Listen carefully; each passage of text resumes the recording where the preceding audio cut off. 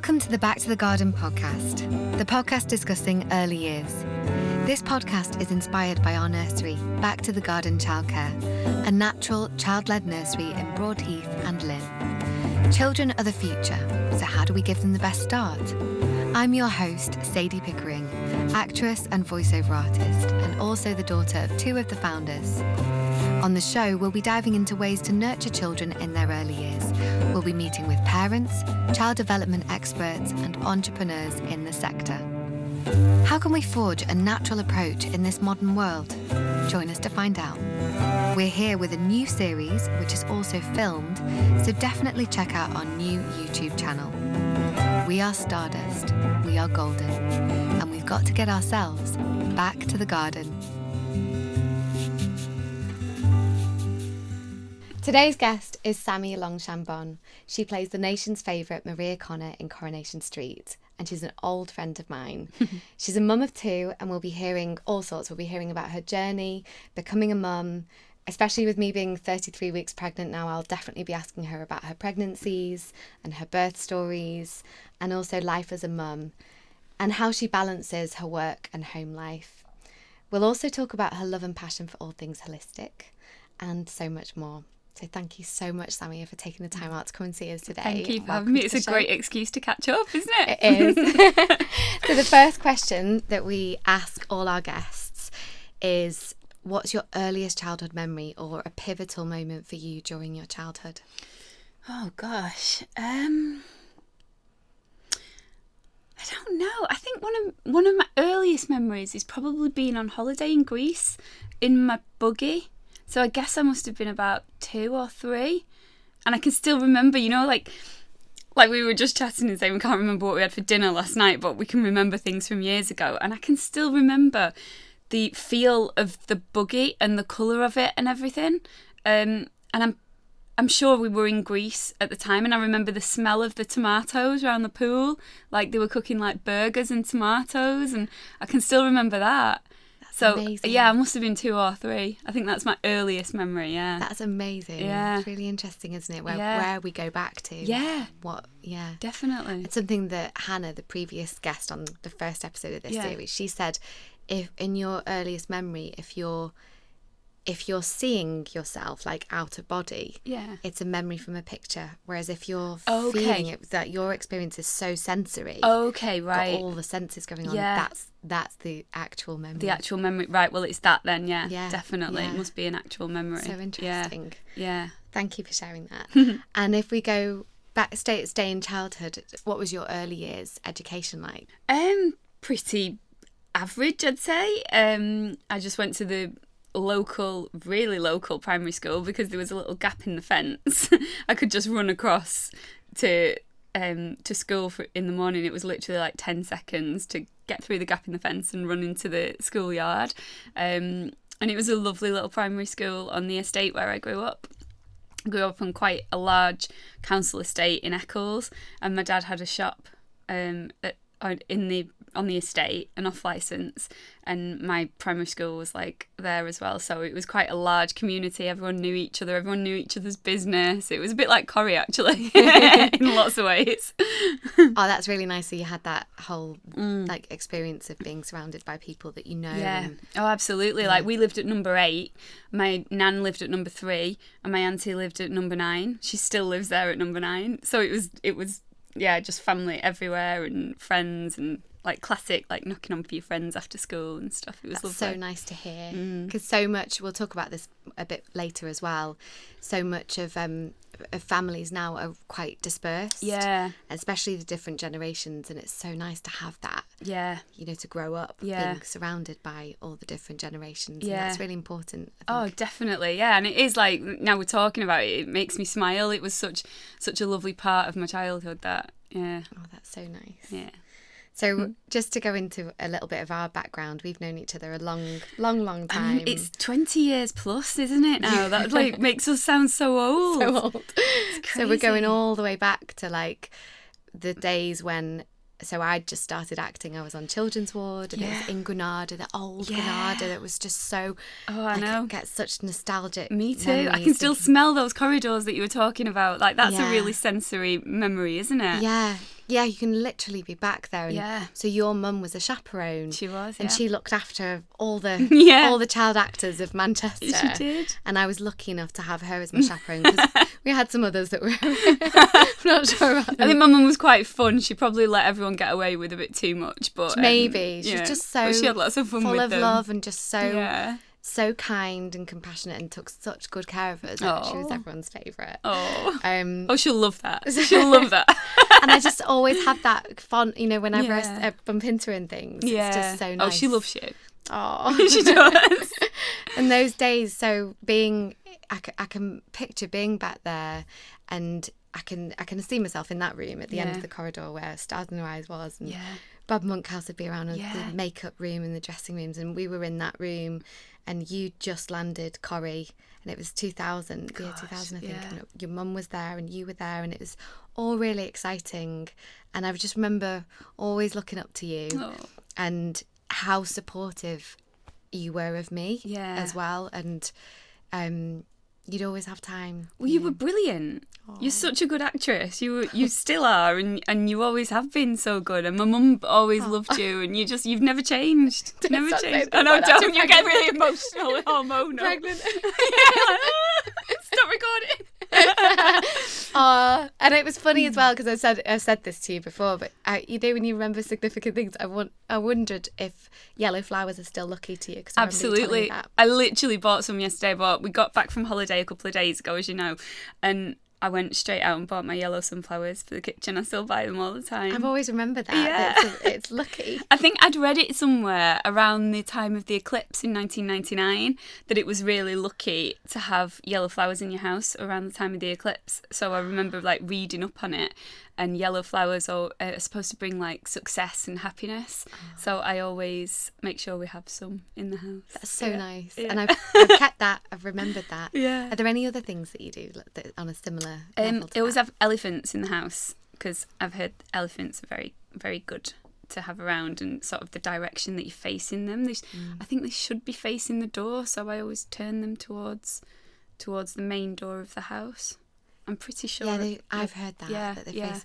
Interestingly, we've got a little row of elephants in the nursery. Nice, And good. I was playing with them in the direction. Gorgeous. Yeah, right. Okay, so is that just right? confirmed. Yeah, Yeah. it's the Yeah. direction of the door, isn't it? Something.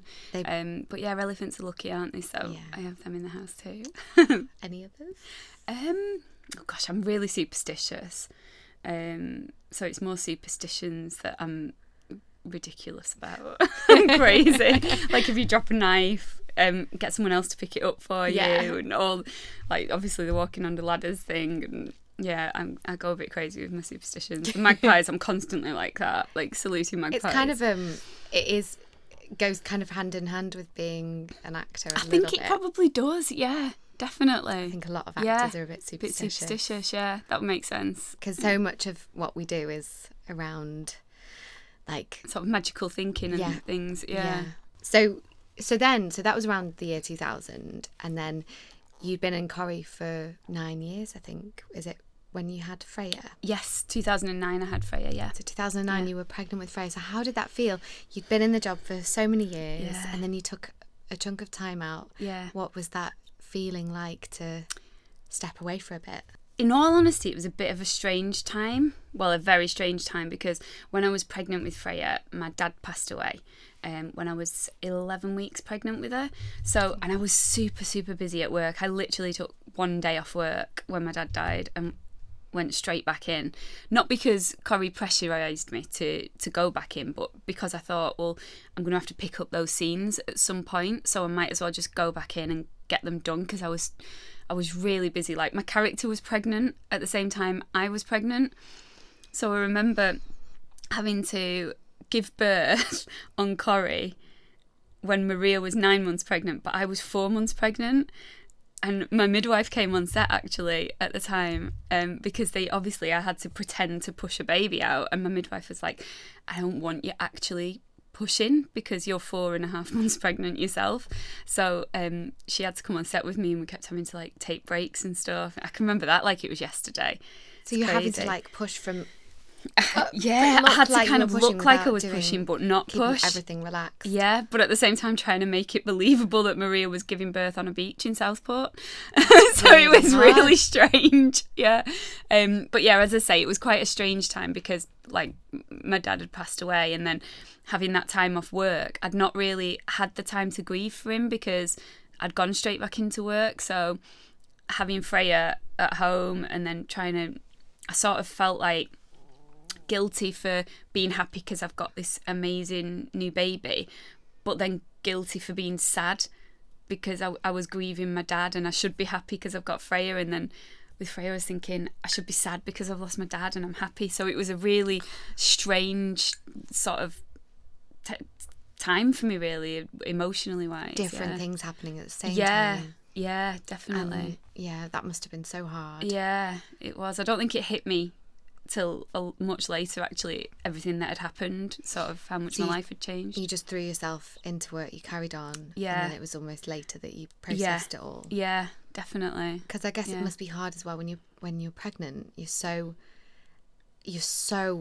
emotional anyway, and everything's so up and down. Absolutely. Especially that first trimester, and that must have been really, really hard. It was a very strange time, but good as well, because luckily, thank God, I had a great pregnancy with Freya, and the birth was great, and so I didn't have any sort of traumatic experiences like that, so I was able to enjoy her. I wasn't like, well, I was super tired because she never slept, but apart from that, I was okay, in myself, so health-wise I was okay. That's good. And let's talk a bit about both pregnancies then. What were your symptoms like? What were your cravings? Anything to share about your pregnancies?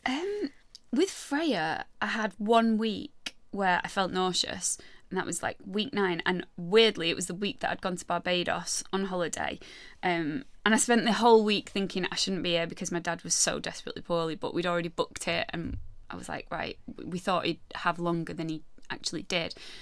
So I spent the whole week feeling guilty about being there in this amazing like Caribbean island. But then it was also the 1 week that I felt nauseous. So we were in this amazing hotel and going to these lovely restaurants, and all I could eat was literally bread and butter. Even the thought of vegetables was making me want to throw up. And then got home and I was absolutely fine after that. You just had it for a week. It was so strange, yeah. And like cravings wise, I just craved like Holland's meat and potato pies and donuts and things like that.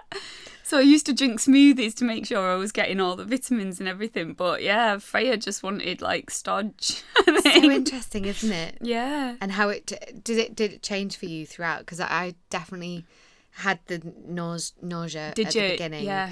Were you actually sick, no, or just feeling it? I used to just heave air. Yeah, nothing would. It's awful, sorry, isn't it? Yeah, it's horrible. Yeah, just heaving. I think it's almost worse than being sick. Feeling sick, isn't it? Yeah, it was awful. Yeah. And literally that bread and butter, Yeah. cheese, like anything just really plain. Yeah, exactly. Went off vegetables completely, which love my healthy I know, things. I do normally. Yeah. But I think I feel like it's maybe your body protecting you, because there's a worry about listeria with vegetables. You have to wash them really well. So maybe it's like the body's protection. Yeah, maybe. Just eat safe kind of foods. Yeah. Because it has come back now where I want more of that stuff now. Right. Yeah, where you can stomach it. But I equally want the donuts. The donuts. Yeah, just the eat the donuts. If baby wants donuts, then... Cornettos, Marcus is it? is like, just leave me one. Just leave me one. Just one cornetto. It's becoming a running joke. Oh my We bring back a box and then... Brilliant. I love none it. left. Do it while you can. Yeah. That's what I say. And how about, so talked about cravings, Yeah. symptoms, how about feelings, like any other? I was quite emotional. I remember when I was pregnant with Eve, my little boy, I had this really weird craving for pickled garlic. I remember one day eating a full jar of pickled garlic watching This Morning, and then being disgusted with myself, thinking, what have I just done? Like, I was just sat like a zombie, just tucking into this jar of garlic. But I'd felt like a cold was coming on or something, and then the next day I felt absolutely fine. So it must have been my body's way of just sort of wanting goodness, like all this pickled garlic. Maybe when you're pregnant as well, you become extra instinctive. Yeah, Your body knows exactly what it needs. Yeah, I just went with it. Yeah. And then I remember when I was pregnant with Eve again, I used to laugh uncontrollably at nothing, like to the point where I'd be in tears. And one night, Sylvain was like, "You're like a psycho. What's wrong with you?" And I literally could not stop laughing. It was like, I mean, it's better than crying, but it went on for ages. And the more I tried to stop, the more I just started laughing.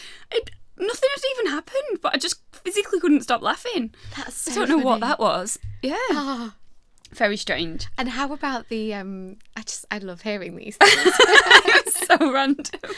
I've definitely got the crying. Have you? Yeah, just the emotions. I know. Yesterday at my blessing way, which we were talking about before, which is like an alternative to a baby shower. Yeah. It's more of the rituals that and like idea. a circle, and much more about the wisdom of the different ages and the women around you giving you support. Why have I just told that story? Because we were saying about me laughing uncontrollably. I was and just crying the whole time. Yeah, and you were just in tears. That will never go as well. I think I've definitely, since I've had children, just cry at the drop of a hat. Even now, it's never gone away. That sort of emotional side that's been heightened. You're more sensitive, more absolutely. Everything just feels more heightened when you become a mum. Yeah. And the baby brain. Oh, that never goes away. That just gets worse. I still blame baby brain, like, years on. So, yeah, you can blame that forever. That's fine. good. Yeah. I think I had it before. Yeah. I think my kids took my brain with them when they grew. Oh, so you've got Freya and Eve, and what are their ages now? So Freya will be 13 in October, and Eve will be 7 in less than a month. 13 and 7. Yeah. Oh, Freya, I love the name Freya. Oh, have you got your name sorted? We've got some names in the mix, but we've got mixed to see what he looks like on the names from different family members. I can't wait to hear what you call him. I think he's going to have a fabulous I'll tell you after. Okay, right. Okay. Yeah, so we're going to wait, I think, and meet him, and then see. That's a good idea. So yeah, what about are you happy to share about the births? Yeah. It was the births. I ended up. I wanted to have a natural birth with Freya, but she's still a little bit awkward to this day. And in my womb, she grew, and her head was facing my back, and she was basically sat up with her arms folded like the entire time. Really? So I'd go for scans and things, and I didn't even see her face on scans because she was just facing that way, sat up. So her bum was down here and her head was here. So there was no way she was coming out naturally. Literally, like, just sat like in the naughty corner. And they tried sort of saying, "Oh, we can turn her," and in the end I was like, I don't really want you to. If she's happy like that, then just leave her be. She was just there the whole time. Yeah, from the 20-week scan, I didn't see her face after that because she was just facing the wrong way and sat upright basically in my belly. So I ended up having a C-section. It's like a little it's like almost like a little meditation position. Yeah, literally. She's literally starting meditation position. Yeah, absolutely. So you had a C-section. I had a C-section, and my obstetrician was amazing, Vince, and he delivered both Freya and Eve, which was lovely. Yeah. And he had her out in 4 minutes. It was just incredible. Yeah, it was brilliant. And really in your arms. Yeah, it was perfect because I was so scared about a C-section, because everyone loves to tell you horror stories and stuff, and I was like, I want a natural birth, I want gas and air, and that's it. And then you get told, oh, you've got to have a C-section because he said my pelvis was too small, so I'd always end up with a C-section anyway, even if she was in the right position. He said for the size of me, he was like, you're not going to get a baby out of so yeah, I was fine, and then afterwards it was actually the most amazing experience because everyone was brilliant, all the team and everything. So then when I had Eve, I had another C-section because it's sort of recommended, and Eve was a big baby, weighed nearly 9 pounds, which for me is a really big baby. So Vince again did the C-section and had him out in 6 minutes, I think. Aww. Yeah, it was brilliant, really good. So nice. And I think that's where I'm at with preparing. I'm looking at the things that I'd like, but I'm not being too rigid. Good. Someone read a poem at the blessing yesterday, Julie, my adopted godmother, and she read a poem about being like the willow. So bending but not breaking. And I think that's really important going into it, because you can end up rigid with the things that you want and how it's going to go. But in the end, your body's your body. Exactly. And it's going to unfold how it's... Yeah, and you've got to be safe, and baby's got to be safe. Yeah. So you just need to roll with it, and that's absolutely the right attitude. Too, like, controlling. Yeah, because then you'll just be disappointed in yourself or in your body, and I mean, how can you be? Like, which so many women, sadly, feel like they've failed if it doesn't go the way that they planned. Yeah, like however your baby comes, it is how it's meant to be. Yeah. Like, I would have died if I'd not had a C-section trying to get Freya out. So, and the struggle then for both of you, that would have been traumatic for both of you to go through. Yeah. So don't worry. My advice to anyone who's looking in having a C-section is do not worry. It was definitely the best thing for me. Yeah. And if I'd have another one tomorrow, it's like, it was lovely. Would you have any more kids? No, I'm done. I'm done, definitely. Now 2 is enough. I've got one in each hand, and that's it's enough. That's what I was going to say as well. The name Freya, do you know the meaning? Yeah, she was the Norse goddess of love, beauty and fertility, wasn't she? Yes, and she wears the stone of Brisingamen. Oh, really? Which is connected then to elderly. I never knew that, Sadie. Yeah. Oh, Freya's going to love that. Beautiful name. I didn't know that. Yeah. So Freya, the Norse goddess, wore that. Wore the stone of Brisingamen. How funny. And I think, and then there's the connection with Alan Garner in the Weird Stone of Brisingamen book. Oh, okay, right. So yeah. Oh, I'm going to tell her that later. Yeah, maybe, she'll love that. Yeah, it's a really good book for children, actually. I think her nan bought it her. On her dad's side, I'm sure Jackie bought it her a few years ago. I wonder if she's still got it somewhere. That's amazing. And we have to mention Eve as well. What does his name mean? So Eve is named after Sylvain's brother, Eve. It's spelt like Yves Saint Laurent. Yes. Y-V-E-S. And we needed a short name because our surname's so long. So we were debating like a few different ones. And I've always loved the name Eve. And we don't know any more boys around here that are called Eve. So it was like, let's call him Eve, because his brother's an amazing person. So we just thought it was a nice tribute to him. And then his middle name is Joseph, after my dad. Oh, that's lovely.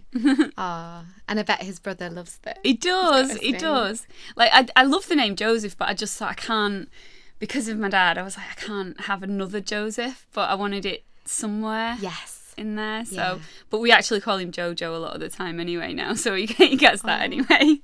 Yeah. Oh, that's so nice to hear. Yeah. So let's move into their early years and also parenting style. Like, were there any things, philosophies or concepts that you read about, thinking about those early years? Sleep, I remember you saying, was quite difficult. Yeah. And anything around that time, or did you rely more on advice and wisdom from family members, people around you, and also intuition? Yeah. Where did you get your kind of parenting style from, and I don't know. How did you learn? There's always been babies in my family. My mum's one of 7 girls, and my nana helped bring me up, and she was obviously very maternal to have 7 children. So all my aunties would help, and when I had Freya, because I was a bit like rabbit in headlights, I don't think I'd ever even changed a nappy when I had Freya. And you have that feeling when you bring your baby home, like, oh my gosh, they're letting me take this human home, like, I don't know what I'm doing, and I'm actually allowed to leave the hospital with this human, and what do I do with her? So there was that fear, but it was really nice having my mum around and my aunties to sort of give me advice, because one of my aunties, my mum's sister, worked in Hope Hospital on the maternity unit for 40 years. So she was a nurse with all the babies. So it was great having her on hand to ring her or get around and be like, is she okay? And that must have been amazing, having all of that support. Yeah, it was. It really was. But I think the thing I really struggled with Frey was the sleep, because she just, at first, those first few weeks, I was like, oh, she's amazing, she's sleeping. But then after a few weeks, they wake up and it's like a whole new world of sleep deprivation. So yeah, I did struggle with that, because even now she doesn't need much sleep. I think she's just a bit nosy, and she wouldn't let me put her down. I'd have to walk around with her all the time. The minute I'd sit down, she'd cry, so I'd just be stood up all the time, and it was exhausting, I'm not gonna lie. And how did that affect you, mentally and in yourself? It was just exhausting. Yeah, I remember one night being so sleep deprived that I tried to cry and I didn't have the energy to cry, and I was like, oh gosh, I really, like, this is like the lowest feeling ever, being stood on the landing and thinking, I've not even got the energy to cry. I'm so tired. So it is exhausting. And how long did you have off work? How long 6 months. maternity? Right, yeah.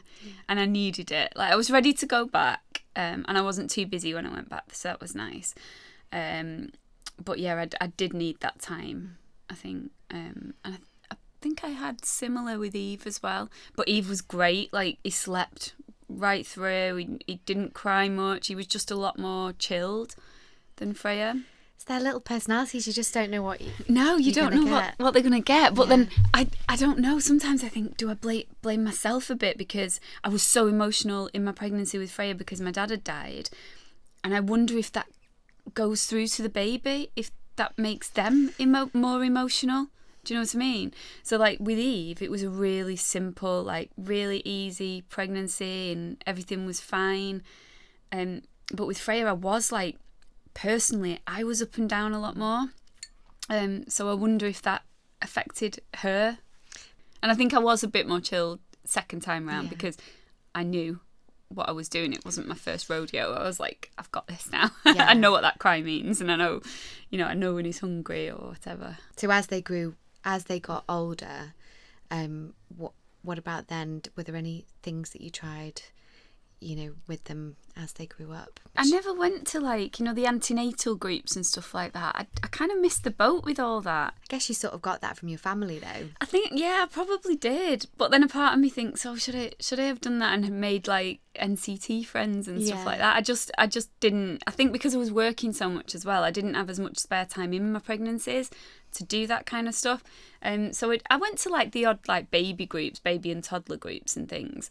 But a lot of my time when they were babies was spent just, like, walking around parks with them and just taking them out on little picnics and things. And then as they grew up and got older, did you spend, what kind of things did you do with them? Yeah, just all the usual, just trying to be present with them as well and, do as much as you can with them and, like, sort of expose them to as much stimulation as you can, swim with them and socialise with them, get them used to being around people and sort of with food wise as well. I didn't do the kind of baby led weaning. I got the Annabelle Carmel books, which I definitely recommend because they're just really simple recipes.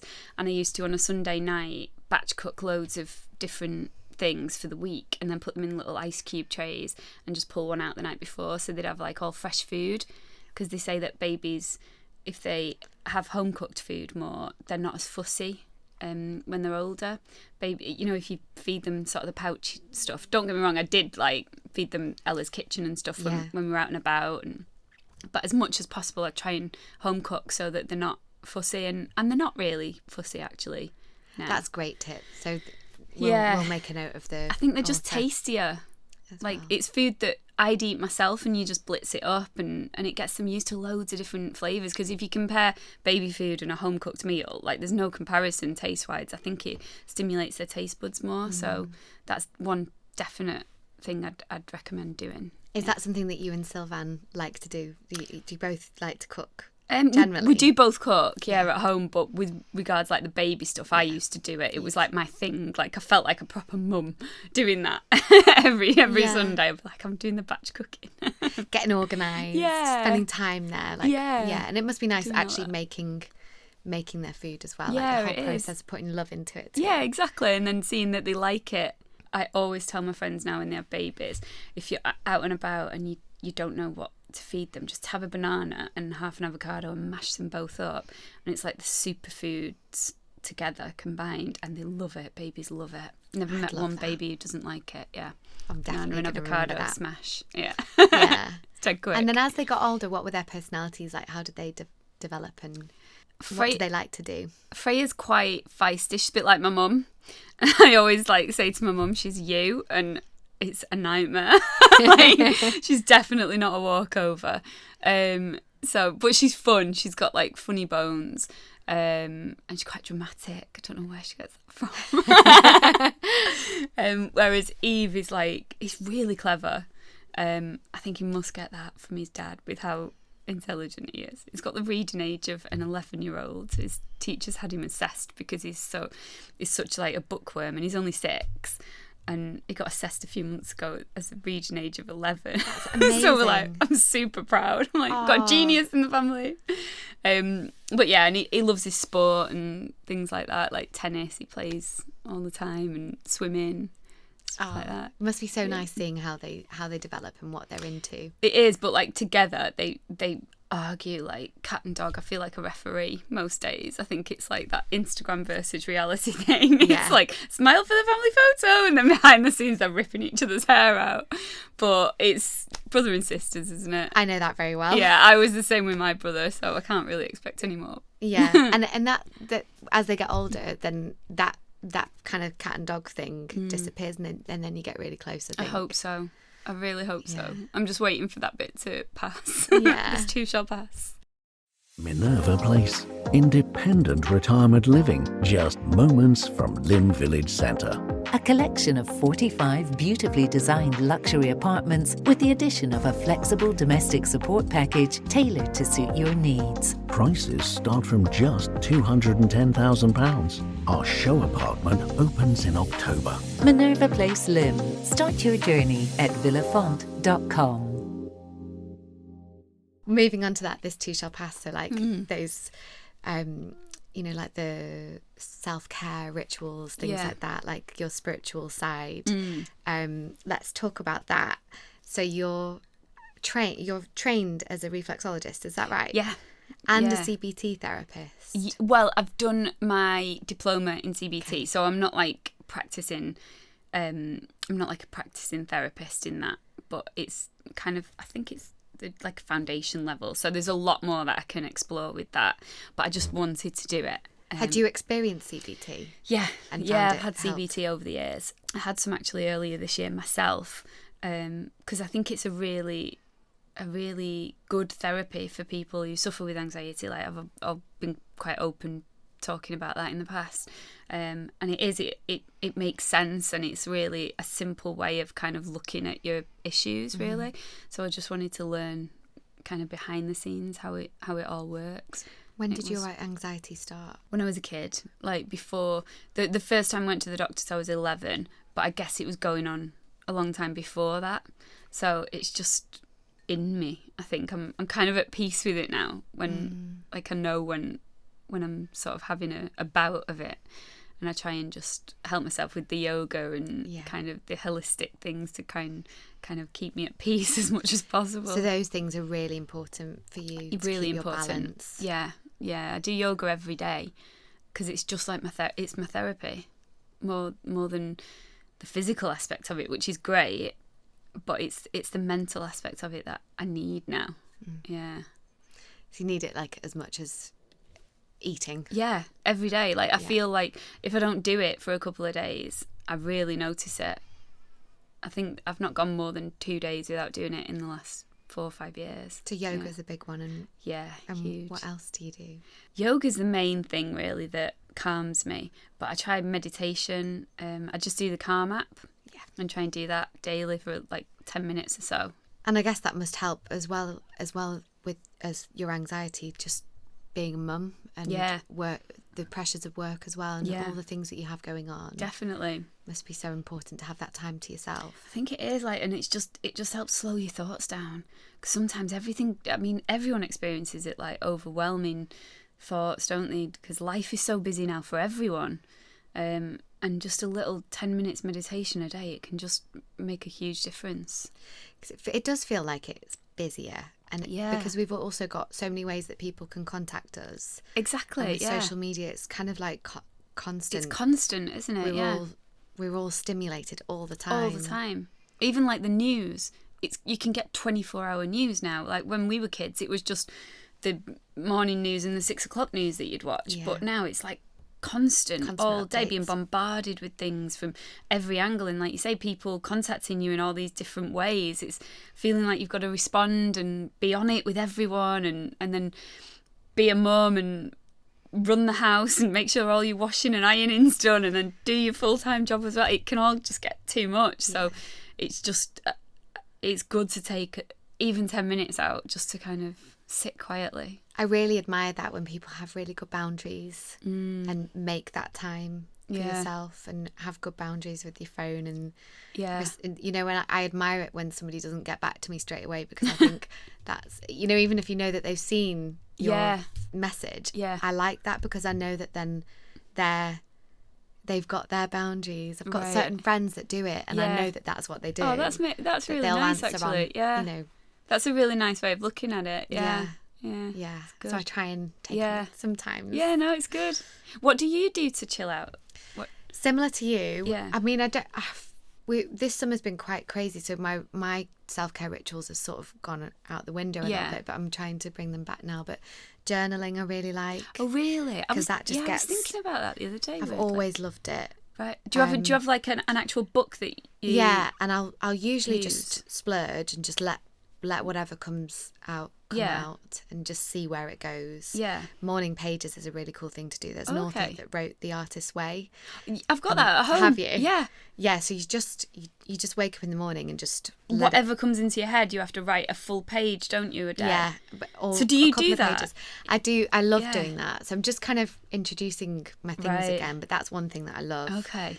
And even if you don't know what to write, you just write blah, blah, blah. I don't know what to write. Okay, right. You just keep the flow going. As long as you keep that pen and the page and not think too much, just let it out. See, I overthink everything. I'd be thinking, oh, my handwriting's not neat, I need to start again. Yeah, it gets more and more scrawly. Yeah. Or even doing it before bed, if you find you don't sleep that well because your head's full, I find doing like a brain dump before I go to bed and getting it all out, that really helps. Meditation and yoga as well. Yeah. I've been loving my pregnancy yoga. Yeah.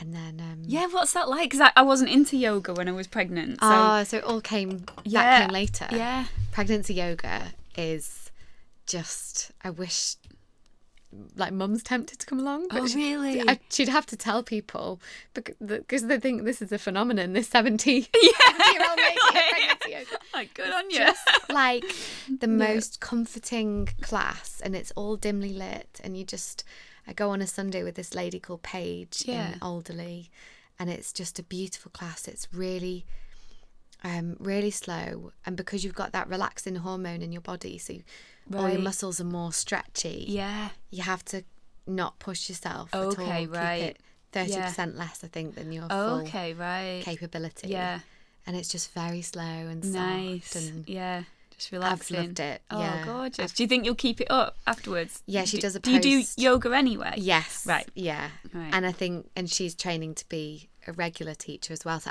I feel connected to her, so I'll definitely keep seeing her. Yeah.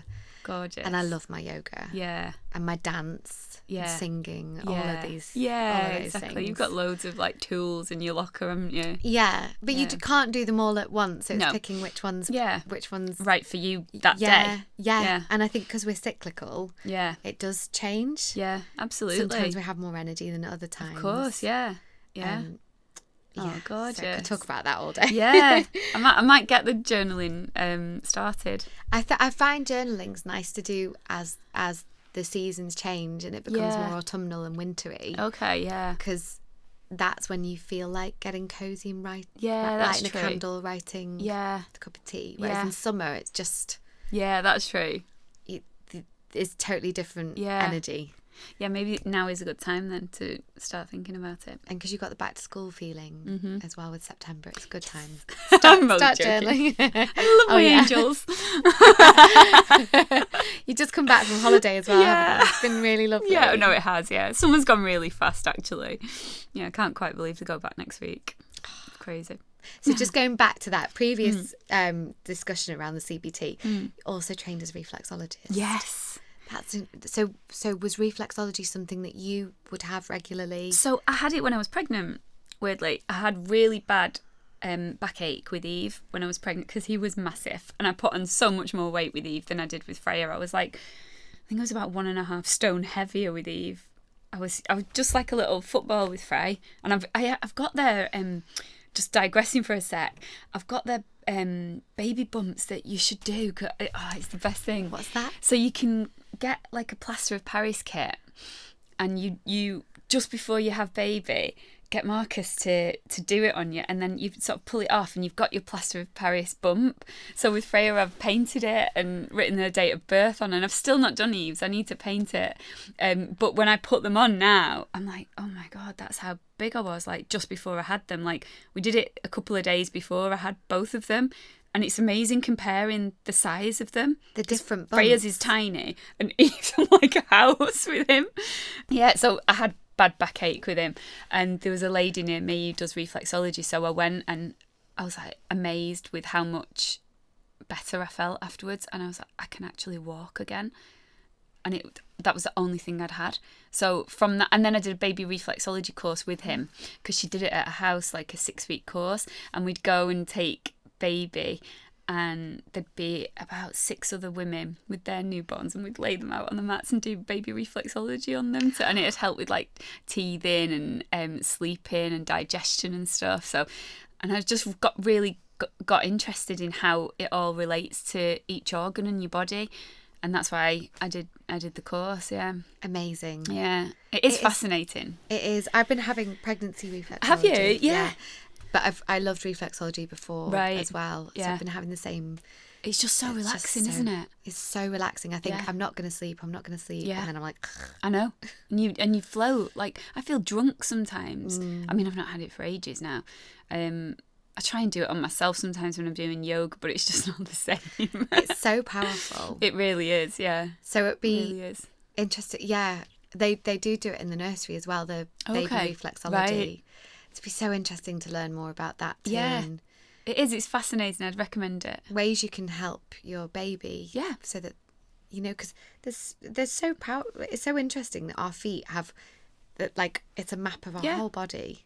Yeah, so you can help them through energy their feet. pathways and your chi and everything, and it is fascinating. So does Sylvan get his feet done from sometimes? You? Yeah, so he'll like throw his feet in my face, and he's like, I've got a pain in my shoulder, and like throw me his foot. I'm like, okay, I'll do it for a minute. And the kids do as well. They're like, can we have a bit of reflexology? Do they search for those, like the crunchy bits? Yeah, I do. I love it when I find one. I'm like, I've done it on friends, and there's one particular friend I do it on, and whenever I get to like the head point, they're literally jumping out of the chair.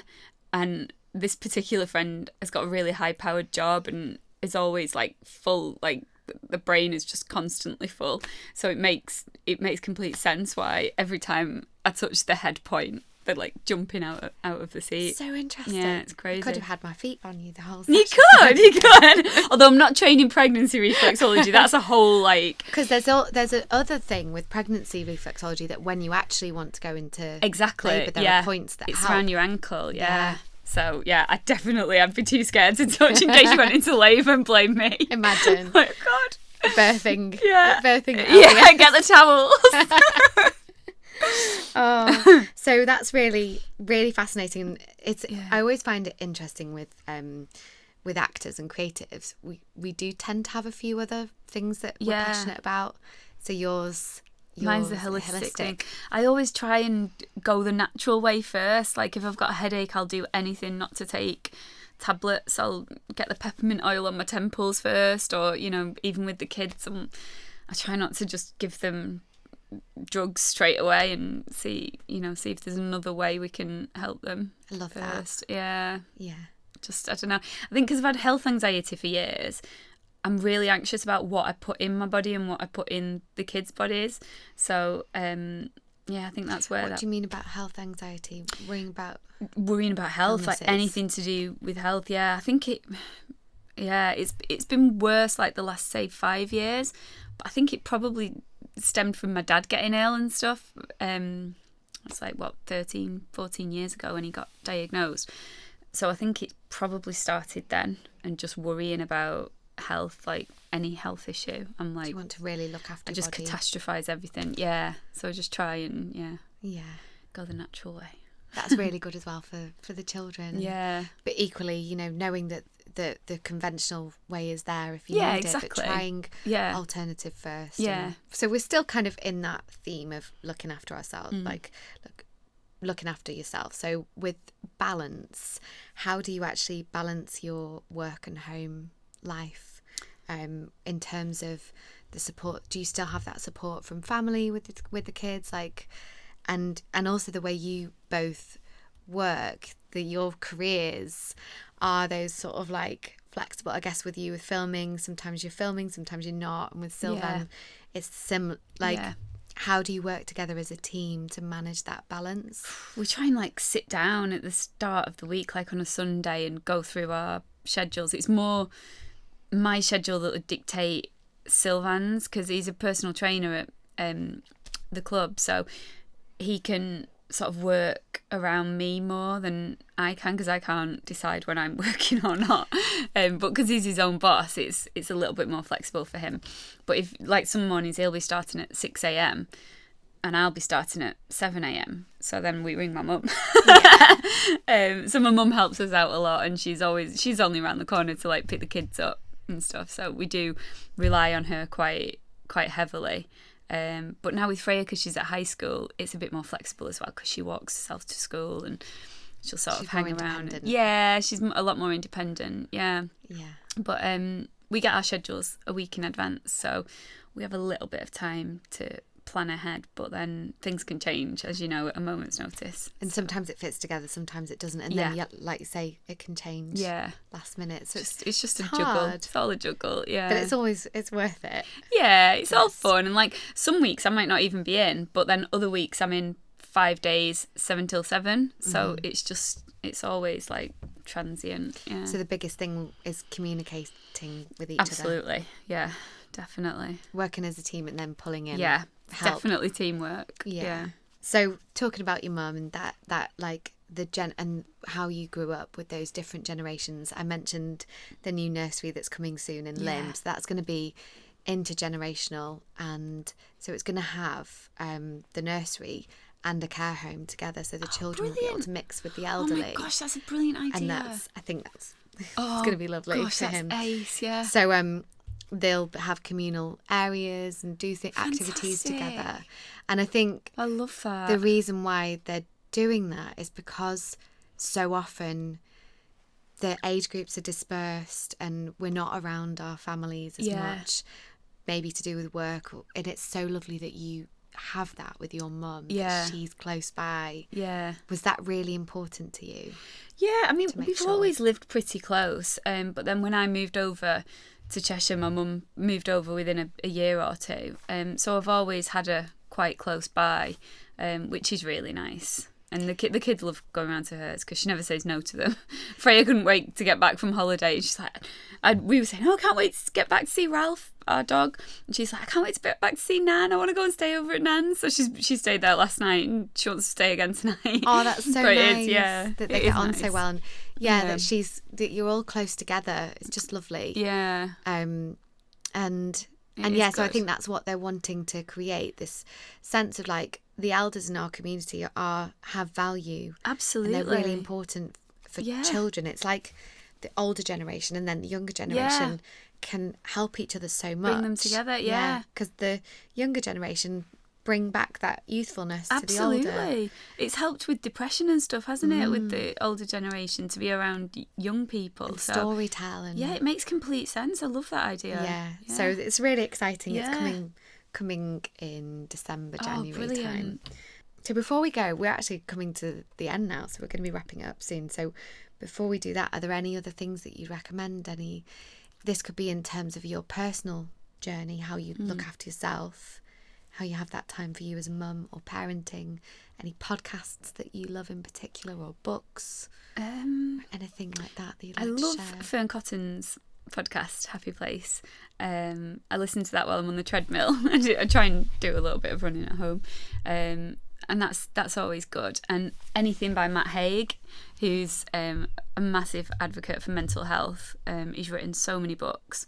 Books that have helped me that he's written are Reasons to Stay Alive and what's the other one? Is it Notes on a Nervous Planet? That's it, Notes on a Nervous Planet. I was going to say How to Stop Time, but that's his one of his fiction novels, which was amazing. But yeah. Was The Midnight Library? Oh my God, that's brilliant. I love that one. I love that, yeah. He's just brilliant. I'd recommend anyone following him as well on Instagram. He's lovely. So Great. Fern Cotton and Matt Haig. Yeah. Notes on a Nervous Planet is amazing. Yeah. I think especially at the time we're living in now, it's a brilliant book to read. What an incredible person to be able to create something that then people can really relate to. Yeah. Really help them. Yeah. Amazing. Amazing. They're really good recommendations. Good. So we're into rapid fire now. So right. If money, time and logistics were no object, what would you create for children? A safe space. I think all children deserve just a safe space where they can just be themselves without judgment and just create and run around and just be kids. Just be able to sort of, like where we live, and all the kids play together on the street, and that was a massive part of my childhood that I mentioned right at the beginning of this chat, and that's what I'd like for all children, to just be able to sort of be safe where they live and just, play together. To be free. Yeah, to be free, yeah. That probably ties into the next rapid fire, which is what rights should children innately have? Right, freedom. Safety. And definitely, freedom. to be able to feel safe in the world. Yeah, that. And be fed. Love that. Yeah. Finish this sentence. Children are... the future. Sound like Whitney Houston. Love that. Yeah, the future. They are. Yeah, they're precious. Yeah. So thank you so much for your time today. Thanks for having me. I've loved it. Yeah, I've loved it so much. Is there anything else you'd like to share before we wrap up? No, I think we've covered everything. Just my best wishes for you and BP. I can't wait to meet him. When this comes out, yeah, that'll be when. Oh my god! When it's all happening. Oh, will it? Yeah. Will it? So how do people find you? Where can people follow you on socials? Mainly on Instagram, really. Yeah, under my name. I don't really do Twitter that much, but yeah, on Instagram. Yeah. Oh, thank you so much, Sadie. Thank you for listening to our podcast. If you enjoyed it, please subscribe and leave us a review in iTunes or on your podcast app. Follow Back to the Garden Childcare on Instagram, Facebook and Twitter. We would love to hear your thoughts on today's subject. And for everything mentioned in today's episode, you can head to the show notes at backtothegardenchildcare.com/podcast. And if there's someone you know who would love to hear this episode, share it with them today. Send them a link, screenshot the app, or just chat about it. This podcast is recorded at LBS Studios. Until next time, in the words of Joni Mitchell, we are stardust, we are golden, and we've got to get ourselves back to the garden.